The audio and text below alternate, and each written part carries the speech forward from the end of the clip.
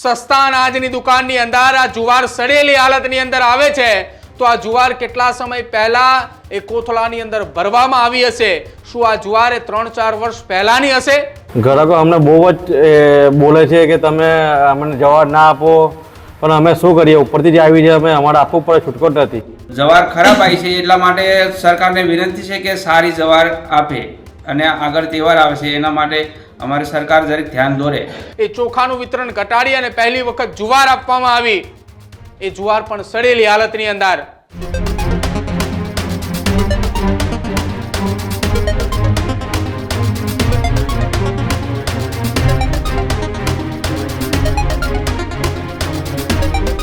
છોટાઉદેપુરથી મહત્વપૂર્ણ સમાચાર સામે આવી રહ્યા છે કે જ્યાં સસ્તા અનાજની દુકાનની અંદર જુવાર એ સડેલી હોવાની સામે આવી રહી છે.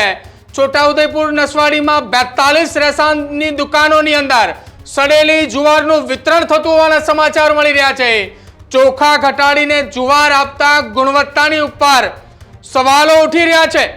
છોટાઉદેપુરના ધનેરિયા, ડંખેલી અને સડેલી જુવારથી ગરીબ રેશન કાર્ડ ધારકો એ આક્ષેપ કરી રહ્યા છે.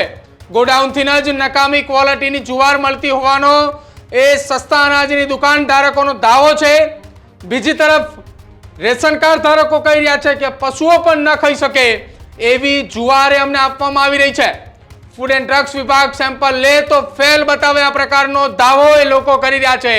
જ્યારે વિસ્તારની અંદર ચોખા એ ઘટાડીને પહેલી વખત જુવાર મોકલાવવામાં આવી હતી અને આ એ વિસ્તાર છે કે જ્યાં રાજ્યના પુરવઠા મંત્રી કુંવરજી બાવળિયા એ ત્યાંના પ્રભારી મંત્રી છે. છોટાઉદેપુર જિલ્લાના પ્રભારી મંત્રી છે કુંવરજી બાવળિયા અને એ જ વિસ્તારની અંદર આ પ્રકારની સ્થિતિ. શું રાજ્યના પુરવઠા વિભાગના અધિકારીઓ એસી ચેમ્બરની અંદર બેસવાનો પગાર લઈ રહી છે? આવી જુવાર એ પશુઓ પણ ન ખાઈ શકે એ પ્રકારની જુવાર એ લોકોને ખાવા માટે આપવામાં આવી રહી છે. સસ્તા અનાજની દુકાનની અંદર આ જુવાર સડેલી હાલતની અંદર આવે છે તો આ જુવાર કેટલા સમય પહેલા એ કોથળાની અંદર ભરવામાં આવી હશે? શું આ જુવાર એ 3-4 વર્ષ પહેલાની હશે? જે વિસ્તારની અંદર કાયમી ચોખા આપવામાં આવે છે એ ચોખાનું વિતરણ ઘટાડી અને પહેલી વખત જુવાર આપવામાં આવી, એ જુવાર પણ સડેલી હાલતની અંદર. અને જ્યાં એ અધિકારીઓ એ ક્યારેય કોઈ વિસ્તારની અંદર નથી જતા. જે વિસ્તારની અંદર પ્રભારી મંત્રી છે કુંવરજી બાવળિયા, એમના જે પ્રભારી વિસ્તારની અંદર એમના જ વિભાગની અંદરથી સડેલું એ અનાજ ત્યાં લોકોને મળે છે. શું પ્રભારી મંત્રીને ખ્યાલ નહીં હોય કે જે વિસ્તારની અંદર આ પ્રકારનું અનાજ પહોંચે છે એ અનાજની ક્વોલિટી શું છે? સસ્તા અનાજની દુકાનની અંદર મળતું એ અનાજ ક્યારેય કોઈ મંત્રી અથવા કોઈ ધારાસભ્ય અથવા કોઈ નેતાએ ખાધું છે? શું પુરવઠા મંત્રી કુંવરજી બાવળિયાએ આ પ્રકારની સસ્તા અનાજની દુકાન જેમાંથી આ સડેલી જુવાર જે તમને દેખાઈ રહી છે એ જુવાર ક્યારે એમને ખાધી છે? જો એમને જુવાર ખાધી હોય અથવા એમને જુવાર જોઈ હોત તો કદાચ કુંવરજી બાવળિયાએ આ પ્રકારની જુવાર અથવા આ પ્રકારનું સડેલું અનાજ કે જ્યાં વારંવાર ફરિયાદો મળે છે એવું અનાજ ગુજરાતની જનતાને ન મળે. ટેક્સ એ ગુજરાતની જનતાના, જે સસ્તું અનાજ મળી રહ્યું છે એની પાછળ રૂપિયા આપે તો એ ગુજરાતની જનતા આપે અને સરકાર આપે તો શું આપે? એ આ પ્રકારનું સડેલું અનાજ આપે. અને કોના ભોગે? એ વિસ્તારના એ અધિકારીઓના ભોગે. સરકાર ઉપરથી આદેશ આપે કે આ વિસ્તારની અંદર આટલું અનાજ પહોંચાડવાનું છે, અધિકારીઓ અનાજ પહોંચાડે, પરંતુ વર્ષો વીતી જાય એ અનાજ એ ગોડાઉનની અંદર પડ્યું રહે, જ્યારે સડી જાય ત્યારે વિતરણ કરવા નીકળે. આ એક ઘટનાના બોલતા પુરાવા છોટાઉદેપુરથી સામે આવી રહ્યા છે. છોટાઉદેપુરના પુરવઠા વિભાગના અધિકારીઓ, અન્ન અને પુરવઠા વિભાગના અધિકારીઓ, તમને એસીમાં બેસવા માટેનો પગાર એ ગુજરાતની જનતાના ટેક્સના રૂપિયા તમે લઈ રહ્યા છો. તમે જેનો પગાર લઈ રહ્યા છો ને એ ગુજરાતની જનતાના રૂપિયા છે. જો આ જ પ્રકારે તમારે જનતાને અનાજ આપવું હોય તો તમારે ખુરશી ઉપર બેસવાનો પણ કોઈ અધિકાર નથી. સાંભળો એ ગરીબ લોકોની વેદના અને જે સંચાલકો એ ત્યાં આ સસ્તા અનાજની દુકાન ચલાવે છે એ લોકો શું કહી રહ્યા છે કે અમને અનાજ જે આવી રહ્યું છે એ ઉપરથી જ સડેલું આવે છે અમે શું કરીએ અને અમે કોને ફરિયાદ કરીએ? સાંભળો એ વેદનાઓ પણ.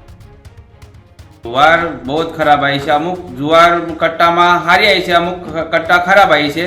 અમે એસોસિએશનમાં આવ્યા છે લેવા માલ, પણ હવે દેખીતા જુવાર ખરાબ જ નીકળી એવું છે. એટલે હવે અમે આ જુવાર ખરાબ લીધીને બી શું કરવાના?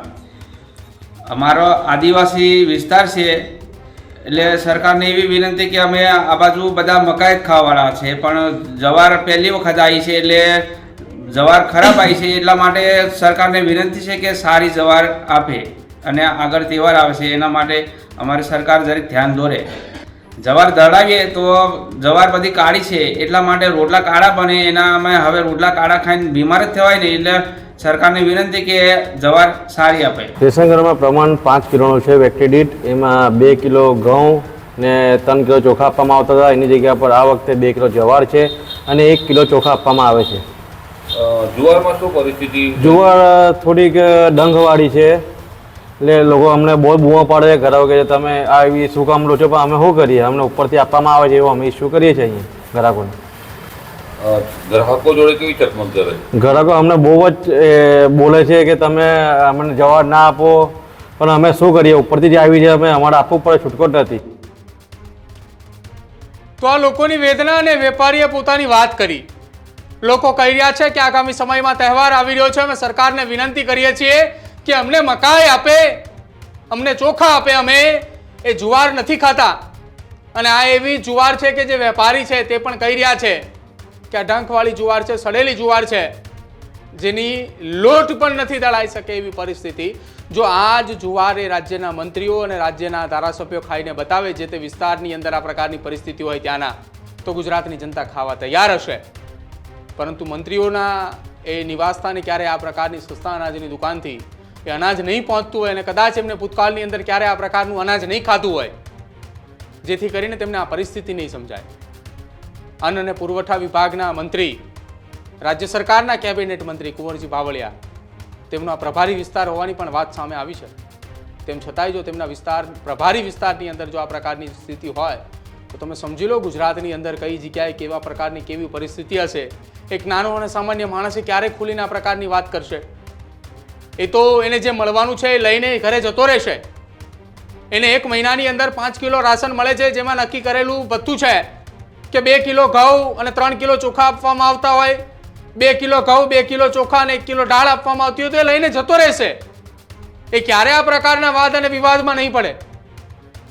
અને વાદ વિવાદમાં પડશે તો એના રેશન કાર્ડની અંદર એની ફિંગરપ્રિન્ટ મેચ નહીં થાય, એનું રેશન કાર્ડ ચાલતા બંધ થઈ જશે.